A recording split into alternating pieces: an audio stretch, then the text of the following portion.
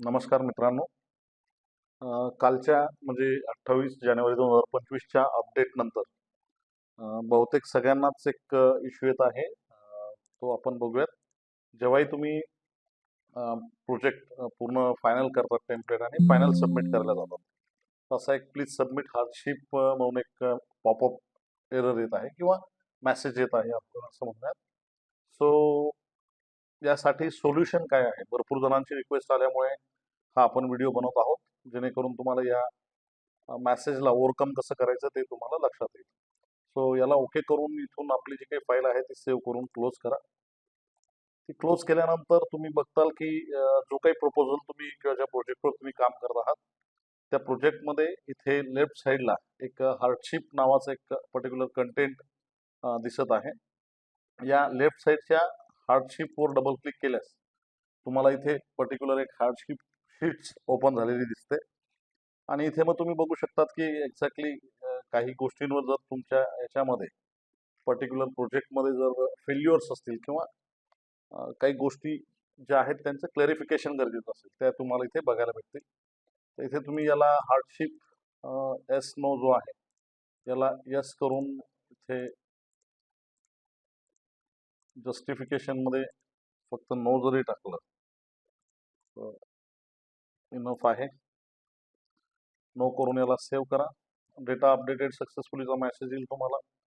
आल्यानंतर याला क्लोज करा.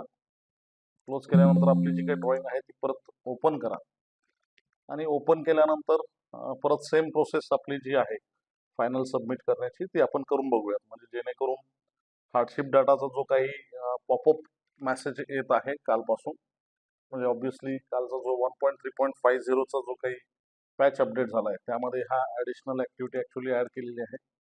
तर प्रत्येक वेळी इथून पुढे आपल्याला फायनल तुमचं जेव्हाही ड्रॉइंग फायनल होईल त्यावेळेस तुम्हाला हा पर्टिक्युलर प्रोसेस आता ॲड करावा लागेल आणि त्याच्यानंतरच तुमची फाईल पर्टिक्युलरली फायनल सबमिट होऊ शकेल. ओके, आता आपण इथं जाऊन सिम्पली बाकी काहीच गोष्टी आपल्याला चेक करायच्या नाही आहेत, त्याच्यामुळे I will just simply say final submit आणि इट्स क्वाईट ऑब्वियस. तुम्ही बघू शकतात जे काही पर्टिक्युलर प्रोजेक्ट आहे. ओके, इथे जो नील हा मेसेज येतो तेव्हा आपल्याला जनरली माहिती आहे की एकदा जनरल टीपी व्हॅलिडेशन करायचं आणि जेव्हा शीट इथे जनरेट करण्यासाठी स्टार्टिंग पॉईंट एंटर करा म्हणतो तेव्हा एस्केप करून अगेन तुम्हाला इथून फायनल सबमिट करायचं. एक टेंटेटिव्ह अशा पद्धतीने तुम्ही पर्टिक्युलर तुमचा प्रोजेक्ट जो काही आहे तो फायनली सबमिट करू शकता. बघूयात आपण वेट करून म्हणजे प्रॉपरली सबमिट होतो किंवा नाही. म्हणजे सेम प्रोसेस तुम्ही फॉलो करून तुमचं जे काही हार्डशिप रिलेटेड इश्यू आहे तो तुम्ही ओव्हरकम करू शकतात.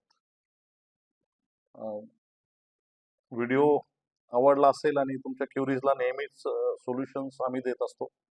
व्हिडिओ बघितल्यानंतर नक्कीच व्हिडिओवर कमेंट करा तुम्हाला सोल्युशन जे दिलेलं आहे त्याबद्दल काय तुमचा फीडबॅक आहे. आणि अपडेट्ससाठी तुम्ही आमचं चॅनल टेक सिव्हिल जे यूट्यूब चॅनल आहे त्यालाही जॉईन करू शकतात, सबस्क्राईब करू शकतात.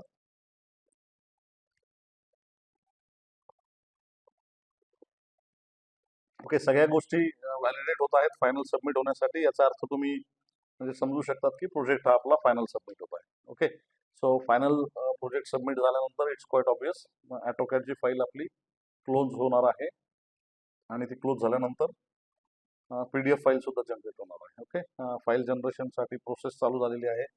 PDF इज गॉट जनरेटेड आणि ऑब्व्हियसली ॲटोकॅडची जी फाईल आहे तीही क्लोज झाली आहे आता. ओके, सो आपण TPCचं जे काही पर्टिक्युलर फोल्डर आहे त्याच्यात पाहिजे तर एकदा आपला रिपोर्ट जो आहे त्याच्यामध्ये काही गोष्टी ॲड झाल्यात का तेही बघूयात.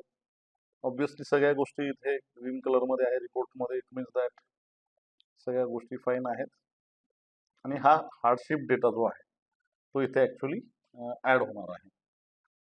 ठीक आहे, अशा पद्धतीने तुम्ही पर्टिक्युलर जे काही गोष्टी आहेत त्या इथून अपडेट करू शकता.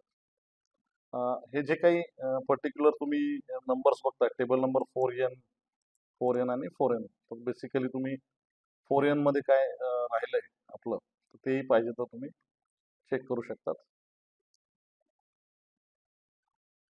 बट आय थिंक 4N आपल्याला बघावं लागेल नेमकं कोणता टेबल आहे. याच्यामध्ये 4N नंबरचा टेबल आपल्या या पर्टिक्युलर याच्यामध्ये नाही आहे. आणि नेमकं म्हणजे काय गोष्टी क्रॉस चेक होत आहेत ह्या हार्डशीट डेटामधून किंवा कशासाठी तो पुट केलाय. प्रोबॅबली ज्या गोष्टी आपल्या फेल्युअर्स येतात तो हार्डशीट डेटामध्ये आतापर्यंत बघायला भेटायचे आपल्याला.